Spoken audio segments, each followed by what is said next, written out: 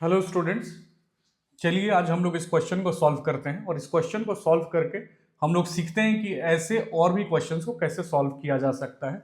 इसका core concept क्या है। क्वेश्चन में कह रहा है a student measures the distance transversed in free fall of a body initially at rest मतलब इनिशियल वेलोसिटी अपने को दे दिया 0 in a given time. He uses this data to estimate g. इसका यूज करके वो क्या निकाल रहा है, acceleration due to gravity calculate कर रहा है। If the maximum percentage error in the measurement of distance and time, वो E1 और E2 है। क्या है? Percentage error. जब हमने मेजरमेंट किया उस समय में डिस्टेंस मेजरमेंट करने में और टाइम मेजरमेंट करने में हमसे एरर हो गया। वो दोनों का परसेंटेज एरर E1 और E2 है। परसेंटेज एरर है, एब्सोल्यूट एरर नहीं है, रिलेटिव एरर नहीं है। क्या है? परसेंटेज एरर है। इस बात को ध्यान रखना है। Respectively the percentage error in the measurement of estimation of जी। तो जी के एस्टिमेशन में क्या परसेंटेज एरर हुआ होगा वो निकालिए। तो इस तरीके का कभी भी कोई भी क्वेश्चन आपको किसी भी एग्जाम में आएगा तो आपको क्या ध्यान देना है कि सबसे पहले जो कनेक्टिंग फॉर्मूला है उसको हम लोग को निकाल के लाना पड़ेगा अपना दिमाग लगा करके। तो हम लोग देख रहे हैं कि इस क्वेश्चन में student measures the distance transversed in free fall. Free fall की बात कर रहा है। तो फ्री फॉल की बात कर रहा है, हमारे पास तीन इक्वेशंस है मेनली। एक v equals to u plus 80, दूसरा s equals to ut plus half a t square, तीसरा v square equals to u square plus 2s। लेकिन जितना डेटा यहाँ पे दिया हुआ है उससे सबसे बेहतर फॉर्मूला लग रहा है कि s equals to ut plus half a t square लगाया जाए। s equals to ut plus half a t square लगाया जाए। ऐसा इसलिए क्योंकि इनिशियल वेलोसिटी इसने दे दिया है 0। तो इनिशियल वेलोसिटी जैसे ही 0 देगा तो ये तो गया, और हमारे पास बचा क्या? डिस्टेंस, जो कि इस क्वेश्चन में है। दूसरा क्या है? हमारा टाइम, जो कि इस क्वेश्चन में है। और तीसरा एक्सेलरेशन, यानी एक्सेलरेशन ड्यू टू ग्रेविटी, जो भी इस क्वेश्चन में है। तो इस फॉर्मूले के थ्रू ये अच्छे से इंटर रिलेट हो जा रहा है। तो बस आपको इंटर रिलेशन कराने वाला एक फॉर्मूला ऐसे क्वेश्चन में निकाल लेना होगा। तो अगर हम इसको सॉल्व करते हैं, 2 को उधर भेज देते हैं तो क्या हो जाएगा? 2s is equals to G T square. ए को हमने ले लिया जी, एक्सेलरेशन ड्यू टू ग्रेविटी। जी को एक साइड छोड़ देते हैं क्योंकि जी का परसेंटेज एरर निकालना है बाकी डिस्टेंस और टाइम के टर्म्स में, इसलिए जी को एक साइड छोड़ देते हैं।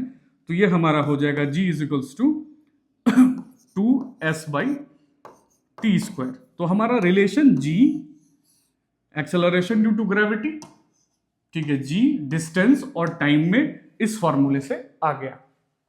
अब हम लोग को परसेंटेज एरर कैसे निकालना है। देखिए, एक चीज हम आपको रिवाइज करा दे रहे हैं जो पहले ही पढ़ना था। ये कॉन्सेप्ट बहुत ज्यादा इंपॉर्टेंट है और बहुत सारे क्वेश्चंस में ये कॉन्सेप्ट आपका लगेगा भी। तो इस कॉन्सेप्ट को जरूरी समझिएगा, बहुत सिंपल है। ये कॉन्सेप्ट सीख लेंगे आप तो एरर्स में, अगर मेंस का क्वेश्चन हो, नीट का क्वेश्चन हो या किसी भी एग्जामिनेशन का क्वेश्चन हो, ये इतना आसान होता है कि ये बन जाता है। तो इसमें क्या होता है कि z इज इक्वल्स टू ए पे अल्फा, बी पे बीटा और सी पे gamma.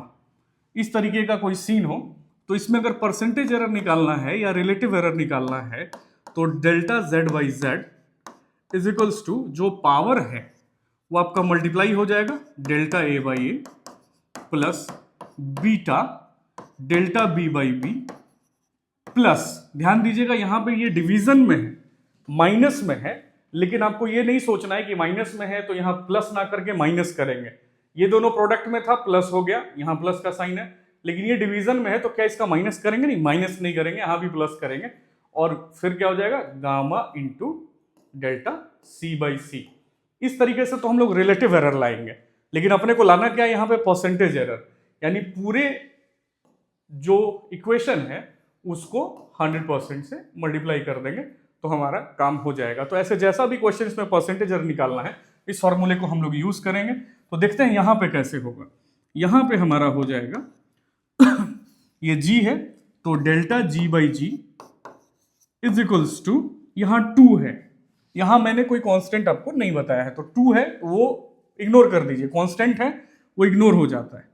Delta s by S plus, यहां 2 है तो ये कोफिशिएंट बनेगा 2 और डेल्टा t बाई टी। इस पूरे को अगर आप परसेंटेज से मल्टीप्लाई कर देंगे, 100% से मल्टीप्लाई कर देंगे तो क्या हो जाएगा हमारा? यहां देखिए delta s by S into 100%, इसका वैल्यू कितना दिया हुआ है, E1 दिया हुआ है, और delta T by T into 100% का वैल्यू कितना दिया हुआ है, E2 दिया हुआ है।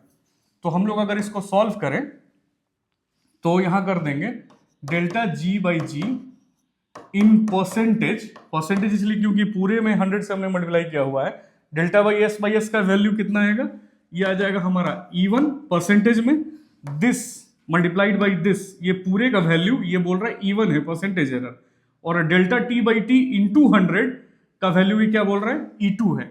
लेकिन यहां पे एक चीज एक्स्ट्रा आ रहा है, ये 2, तो जो 2 एक्स्ट्रा आ रहा है वो यहां लिख दीजिए, और यहां E2, तो इसलिए आपका आंसर हो जाएगा, यहां का कहां है ये आंसर, ये आपका आंसर हो जाएगा E1 प्लस 2E2। तो इस तरीके का कैसा भी क्वेश्चन आएगा तो आप इस फॉर्मूले को मेनली यूज करके और ये कॉन्सेप्ट लगा के आप सारे प्रॉब्लम्स को सॉल्व कर लेंगे। खाली जो ध्यान रखने की बात है कि ये लैंग्वेज से आप कैसे डिकोड करके ये ला पाओगे कि भाई कौन सा फॉर्मूला इसको आपस में इंटर रिलेट कर रहा है, यही आपका सबसे बड़ा चैलेंज होगा। बाकी सबसे में एक जगह और आप लोग ध्यान देंगे कि ये परसेंटेज में दिया हुआ है तो ये इससे मल्टीप्लाई होकर के इसका वैल्यू दिया हुआ है, रिलेटिव होता तो फिर ये परसेंटेज की जरूरत नहीं पड़ती।